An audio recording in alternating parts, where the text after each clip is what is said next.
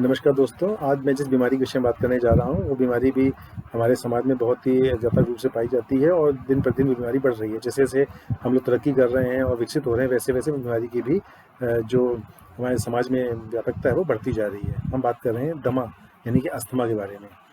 दमा बहुत समय से हम सुनते चले आ रहे हैं, जैसे कि हमने अक्सर देखा भी है, किसी को जो दमा क्या होता है, तो दमा ये बताता है कि साहब साँस बहुत फूलती है इस बीमारी में और साँस में सीटी जैसी आवाज़ें आती हैं और बिल्कुल जैसे फ़िल्मों में दिखाते हैं कि उसको साँस का अटैक पड़ गया और वो इन्हेलर माँग रहा है, पंप माँग रहा है, वो दिया वो तुरंत ठीक हो गया। तो ये हम बहुत ही सतही जानकारी हम लोगों को दमे के बारे में है। मुख्यतः दमा है क्या, उसके बारे में पहले ही समझना पड़ेगा। दमा एक एलर्जी से उत्पन्न हुई बीमारी है। एलर्जी प्रतिरोधक क्षमता में शरीर को होते हैं, उसे कहते हैं प्रतिरोधक क्षमता। जब ज़रूरत से ज़्यादा या अनियंत्रित रूप से हो जाती है, तो इसको हम एलर्जी बोलते हैं। तो दमा में क्या होता है, दमा में हमारी सांस की नलियाँ जिससे हम सांस लेते हैं, वो किसी भी कारक से वो अचानक से सिकुड़ जाती हैं और उनके अंदर सूजन उत्पन्न होने लग जाती है। इसमें क्या होता है कि अचानक से सिकुड़ती हैं तो हमारी सांस लेने में दिक्कत होती है, तो सांस फूलती है हमारी। और जो अंदर सिकुड़न आती है, सूजन जो आ रही है, उसकी वजह से हमें लगता है कि हमारे गले में कुछ फंस रहा है और उस फंसने को निकालने के लिए हम बार बार तेज सांस लेते हैं और खांसी भी करते हैं उसको निकालने के लिए, जिसे हम लोग अस्थमैटिक खांसी बोलते हैं। अब इसके बहुत सारे कारण होते हैं, जैसे कि मौसम का बदलना, तेज महक, धूल, उसके अलावा अचानक से धुआं या इमोशनल हाइपर एक्टिविटी, अचानक से बहुत ज़्यादा गुस्सा हो जाना या अचानक बहुत ज़्यादा खुश हो जाना। ऐसी स्थिति में भी इस तरह के कारक जो होते हैं हमारे सांस की नलियों को प्रभावित करते हैं। इन लोग अस्थमा का अटैक बोलते हैं।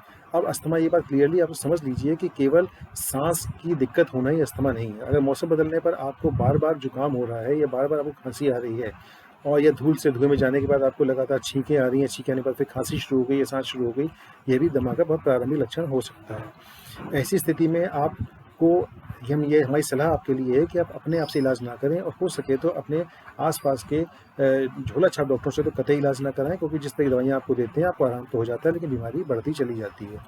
इस बीमारी की खासियत ये होती है कि शुरू में तो ये बीमारी आपने दवा ली और इलाज कराया तो ठीक हो जाती है, लेकिन सालों बाद ये बीमारी अगर सही इलाज नहीं चल रहा है तो ये बीमारी फिर परमानेंट या स्थायी हो जाती है और फिर सीओपीडी नाम की बीमारी में बदल जाती है, जो कि बड़ी ही खतरनाक बीमारी है। ये तो एक छोटी-सी बात हो गई अस्थमा के बारे में।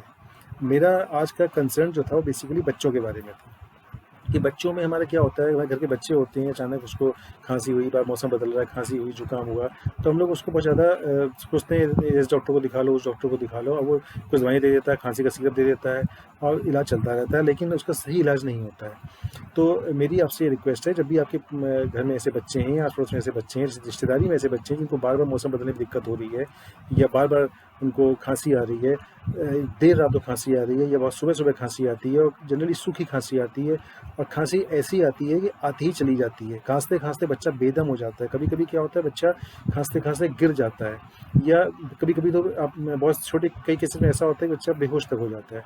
तो ऐसी स्थिति में कृपा करके उसको किसी विशेषज्ञ डॉक्टर को दिखाएँ और उसका तरीके से इलाज कराएँ। कई बार क्या होता है, आप उसे इधर-उधर कहीं भी किसी डॉक्टर को दिखाने लग जाते हैं और वो अक्सर टीबी का इलाज शुरू कर देता है, जो कि बच्चे के लिए गलत है। मैं कई बार ऐसे मरीज़ देख चुका हूँ जिनका बेचारे वो अस्थमा से ग्रसित थे और अस्थमा की खाँसी उनको आ रही थी और उनका टीबी का इलाज चल रहा था।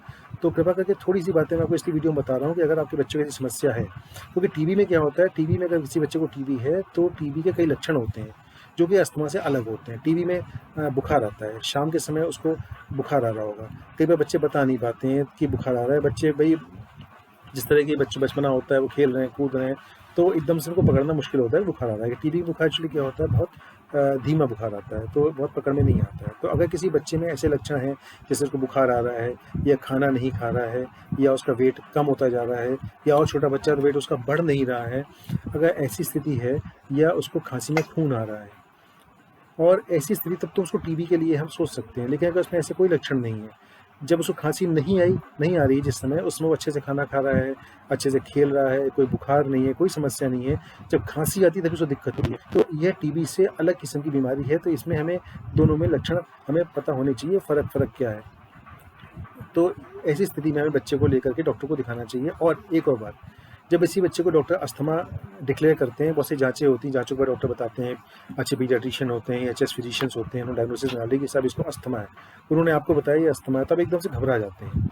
और अस्थमा में क्या करता है डॉक्टर, आपको इन्हेलर्स, साँस की दवाएँ आपने देखे होंगे पंप वगैरह आपको एडवाइस करता है और आप लोग कहते हैं अरे डॉक्टर साहब ये क्या चीज़ है, ये तो बड़ी खतरनाक चीज़ है, आदत पड़ जाएगी, ये हम नहीं लेंगे, ऐसा नहीं करेंगे, वैसा नहीं करेंगे।